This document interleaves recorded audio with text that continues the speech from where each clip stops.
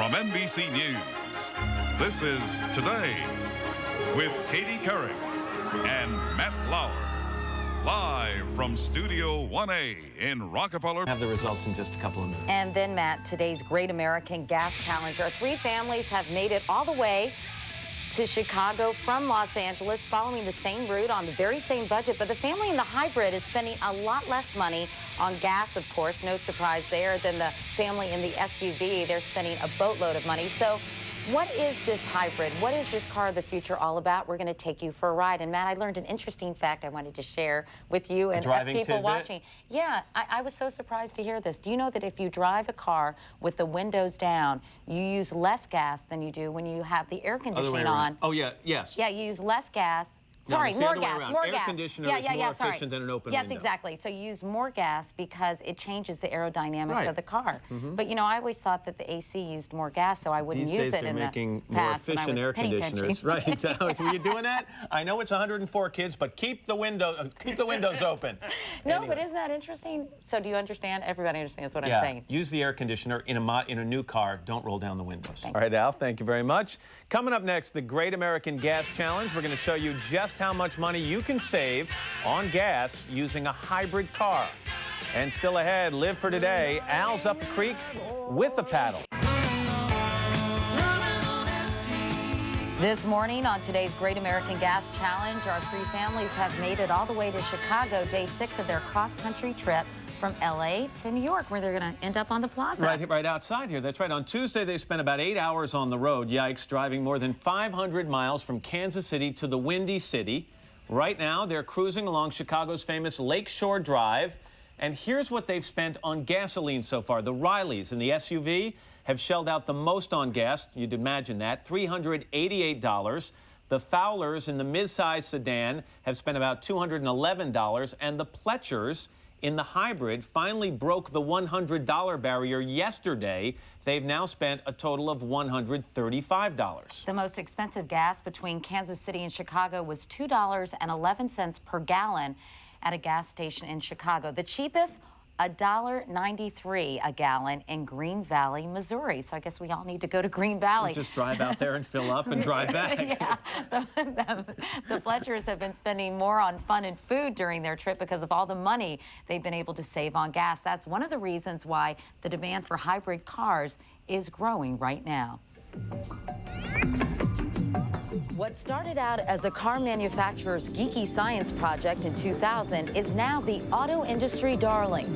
But how does a hybrid work? It's part gas engine, part electric motor. The car runs on electricity at low speeds. It's no louder than a golf cart, and no plugging in necessary. The motor recharges the batteries. The gas engine kicks in at 40 to 50 miles an hour to help power the car. When you stop at a stoplight, the engine shuts off. Drivers are hooked. Hybrids are flying off the lots, nearly 100,000 of them sold last year. Consumers are waiting months on average for their car, and the amazing gas mileage, typically 50 miles a gallon.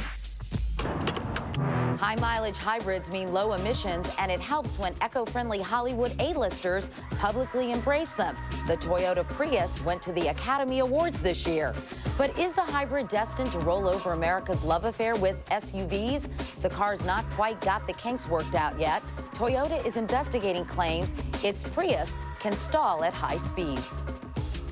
Brian Pletcher joins us now by phone from the Honda Civic Hybrid, along with his wife, Andy, who's driving. Good morning to both of you.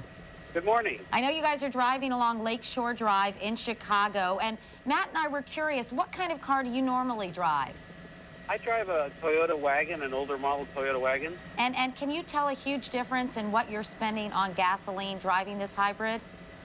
Well, the Toyota typically got about 23 miles per gallon, and I'm getting about 39 miles per gallon in the hybrid. Well, that's a pretty significant difference, isn't it, Brian?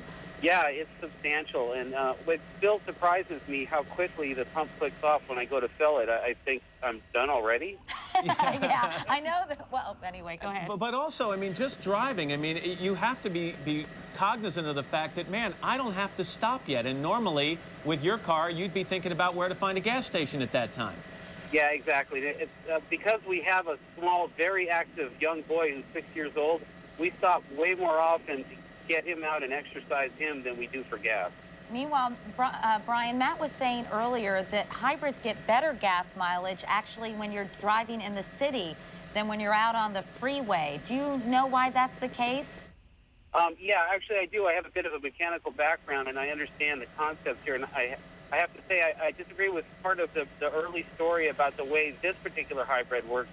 This one is a little bit different in that it's storing energy whenever it doesn't need it from a small motor, and it's storing that in a large 240-volt battery. When you need power, for example, if I were to stand on it right now and pass this bus, it pulls power from that battery and pushes it through the electric motor to the wheels. So the concept here is that in heavy traffic, when you're doing a lot of stop and go, you're using that electric motor more and therefore not burning as much gas. I get it. That's good. That's well explained. And by the way, don't stand on it and pass the bus, okay? I really wanted to, but they told me we couldn't have a drag race here on Lakeshore. Yeah, and so you got a little extra money in your pocket now as compared to the other families. That must be a good feeling when it comes to stopping and having fun with the family. Yeah, you know, it's been great, although I got to tell you, the pace of this trip has been such that we haven't had as much time to play as we'd like to. So we've been doing silly, frivolous things, enjoying them nevertheless, but like getting upgrades to our hotels to large suites, rooms we've never seen before. Well, that's great. Cool. Well, we got to get you to New York by the end of the week. We're sorry about the fast pace, but we appreciate your participation. Brian and Andy, who's driving and not saying much, thanks so much.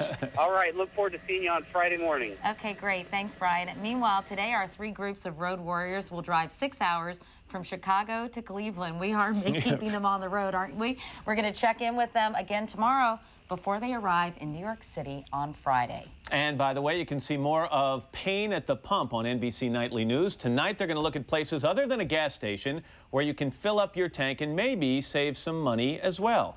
And if you'd like more information about today's great American Gas Challenge, you can go to our website at today.msnbc.com. More tips about rolling down the windows. Still